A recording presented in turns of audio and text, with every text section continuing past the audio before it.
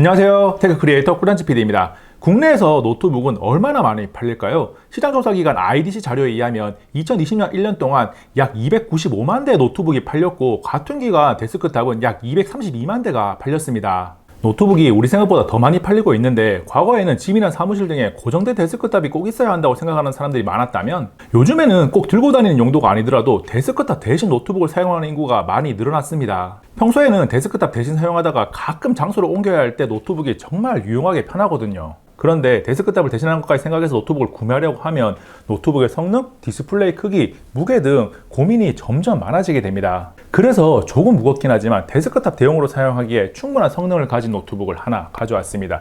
이름이 기가바이트 에어로 17 HDR YD i7인데 이 노트북은 인텔이 2021년 5월에 발표한 따끈따끈한 타이거레이크 H45 i7 11800H CPU를 탑재한 것이 특징입니다. 어떤 녀석인지 자세히 살펴보겠습니다. 기가바이트 에어로 17 HDR YD의 스펙부터 빠르게 정리해보면 인텔 11세대 i7 11800H CPU, 그래픽 메모리 8GB의 엔비디아 지포스 RTX 3080 랩탑 GPU, DDR4 32GB 듀얼 채널 램, PCIe 4세대 512GB SSD와 PCIe 3세대 1TB SSD, 17.3인치 4K 해상도 HDR 디스플레이, 99Wh 배터리 등을 탑재하고 있고 가격은 프리토스 기준으로 약 356만원 정도입니다. 스펙을 보면 타이거레이크 H45가 나오는데 우리가 흔히 알고 있는 인텔 11세대 타이거레이크의 고성능 플래그십 버전으로 정확한 코드네임은 타이거레이크 H입니다. 타이거레이크 H는 지난 3월에 4코어인 H35가 휴대성을 강조한 초경량 노트북용으로 먼저 나왔고 5월에 6코어 i5와 8코어 i7-i9의 타이거레이크 H45가 고성능 노트북용으로 나왔습니다. 타이거레이크 H45 시리즈 중 하나인 i7 11800H CPU가 3080 GPU와 함께 할 때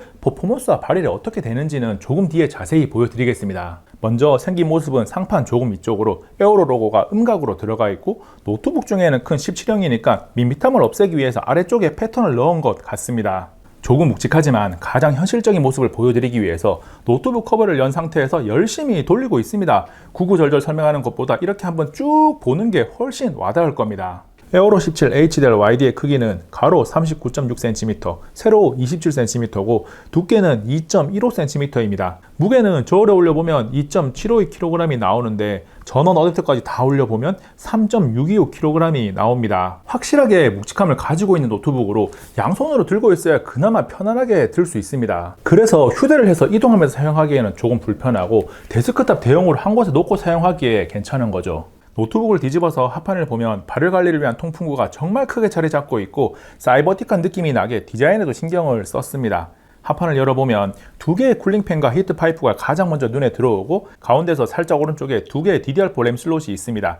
M.2 SSD 슬롯도 두 개가 있는데 여기 오른쪽에 PCIe 4세대 512GB가 여기 왼쪽에는 PCIe 3세대 1TB가 탑재되어 있습니다. 그 밖에 99Wh 배터리가 아래쪽에 자리 잡고 있고 배터리 양옆 모서리에 2W짜리 스피커가 각각 있습니다. 측면으로 가서 오른쪽을 보면 RJ45 유선 램 포트, SD카드 슬롯, 두 개의 USB-A 포트, 마이크와 헤드폰 포트가 있습니다. 왼쪽에는 USB-A 포트, 썬더볼트 4를 지원하는 USB-C 포트, 미니 DP 1.4 포트, HDMI 2.1 포트, 전원 포트가 있습니다. 힌지가 있는 뒤쪽을 보면 방열구가 넓게 자리 잡고 있는 것을 확인할 수 있고 가운데 에어로 로고가 들어가 있습니다. 최고 수준의 하드웨어를 탑재한 노트북답게 확장 포트도 최신 버전으로 싹 다 있어서 외부 모니터를 연결하거나 장치를 확장하는 데 정말 편하고 좋아요. 이 노트북은 인텔의 타이거레이크 H45 시리즈인 i7 11800H CPU와 GPDDR6 8GB의 RTX 3080 랩탑 GPU를 탑재하고 있으니까 퍼포먼스에 관심이 쏠릴 수밖에 없습니다. 가장 먼저 3D마크 파이어 스트라이크는 총점 22014점에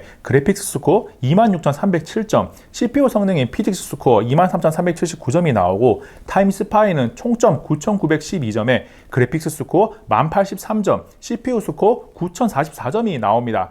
이 정도면 노트북 중에 최고 수준의 점수라고 생각하면 됩니다. 이어서 좋은 점수를 보여주는 성능이 유지되는지 확인하기 위해서 타임스파이 스트레스 테스트를 했습니다. 타임스파이 벤치마크를 20배 연속 자동으로 돌리면서 스로틀링에 의한 성능 제한이 없는지 확인하는 테스트인데 98.1%의 안정성을 보여주면서 높은 성능이 잘 유지되는 것을 확인할 수 있습니다. 그리고 스트레스 테스트를 하면서 GPU의 TDP를 확인했는데 100W 근처에서 왔다 갔다 합니다. 제조사의 스펙시트 상에 TDP가 100W라고 나와 있고 실제로도 똑같이 나오네요. 여기서 우리는 스로틀링이 이 정도로 걸리지 않는다면 발열 관리가 잘 될까에 대한 의문이 생기겠죠. 타임스파이 스트레스 테스트가 진행되는 가운데 열화상 카메라를 이용해서 발열 상태도 체크를 해봤습니다. 전체적으로 발열 상태가 상당히 좋은 편인데 키보드에서 온도가 가장 높게 올라가는 곳이 37도에서 38도 정도고 키보드 위에 전체에서 가장 높은 부분도 43도 내외밖에 안 됩니다. 벤치마크 결과만 보면 성능에 대한 간접 체감이 긴가민가 할 수가 있으니까 배틀그라운드 오버워치를 하면서 내부 프레임의 변화와 CPU와 GPU의 온도 변화까지 확인을 해 보겠습니다. 이때 소프트웨어로 측정하는 내부 CPU와 GPU의 온도는 정확성이 높지는 않으니까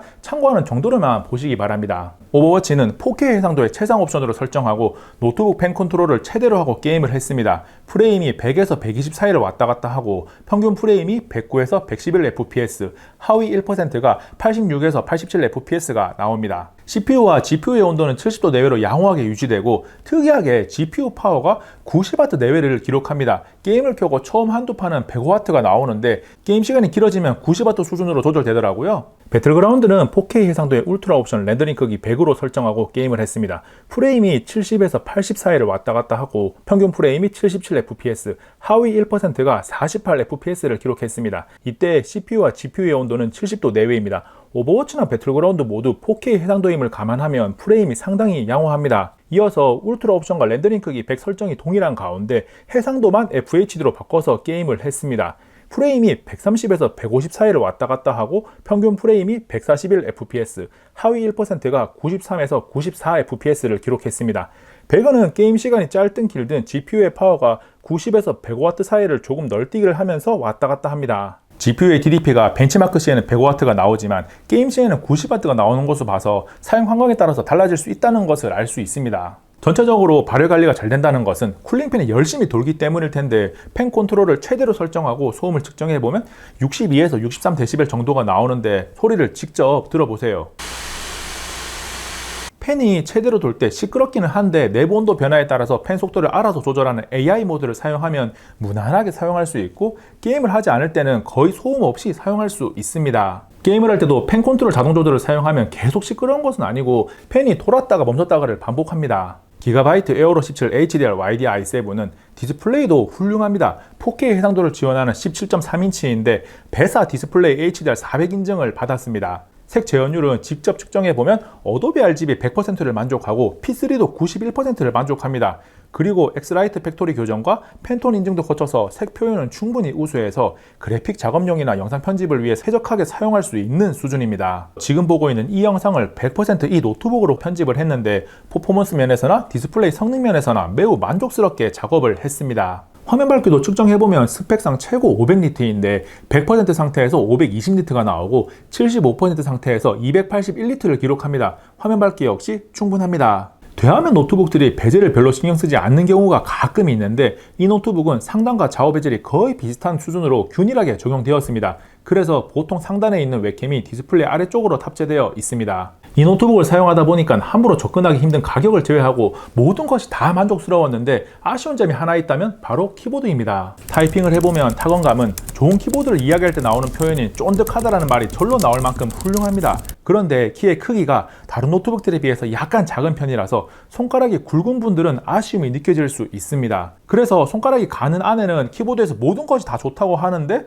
저는 손가락이 굵은 편이라서 아쉬움이 계속 느껴지더라고요. 그리고 매우 밝은 컬러 백라이트가 들어가 있어서 개인 취향에 맞춰서 커스텀해서 사용할 수 있습니다. 터치패드는 왼쪽 상단에 지문인식 센서가 자리를 차지하고 있는 것이 특징적이고 전반적인 사용성은 무난합니다. 사운드는 2W짜리 스피커 2개가 아래쪽에 탑재되어 있는데 2W라는 출력 스펙만 봤을 때는 아쉽지 않을까라는 생각을 했었는데 막상 사용해보니까 기대 이상으로 짱짱합니다. DTXS 울트라 오디오 기술이 들어가서 그런지 몰라도 충분히 만족스럽게 사용을 하고 있습니다. 그 밖의 옷으로 99.9W씩 대용량 배터리를 탑재하고 있고 와이파이 6를 지원합니다. 그리고 웹캠이 디스플레이 하단에 있는 모습을 앞에서 보여드렸었는데 사용하지 않을 때 물리적으로 차단이 가능합니다. 인텔 타이거레이크 H45 시리즈인 i7-11800H CPU, RTX 3080 CPU, 4K 해상도 디스플레이 등 초고사양을 갖춘 기가바이트 에어로 17 HDR YD-i7 어떻게 보셨나요? 가격적으로도 최상위에 있는 노트북이라서 구매 접근성이 좋지는 않지만 최고 수준의 성능을 원하면서 데스크탑 대신 놓고 사용하면서 필요할 때 가끔 들고 나가는 용도의 노트북을 원한다면 잘 어울리는 제품입니다. 그리고 인텔 11세대 타이거레이크 H45 시리즈 CPU가 고사양 플래그십 라인업에서도 충분한 성능을 내면서 발열 관리도 잘 된다는 것을 보여주는 제품이기도 합니다. 혹시나 이 노트북에 대한 궁금증이 남아있다면 고정 댓글에 대댓글로 질문해 주시고요. 꿀단지 PD는 이만 물러갑니다. 다음에 또 만나요. 안녕. 잠시만요. 여기 있는 꿀단지 한 번만 눌러주세요. 꿀단지 PD 영상을 계속해서 받아볼 수 있습니다. 생각보다 더 재미있고 흥미롭고 정보가 가득합니다. 여기 있는 이 영상 정보가 정말 가득한 영상이고요. 여기 있는 이 영상 최신 영상인데 재밌어요. 당연히 정보도 정말 가득합니다.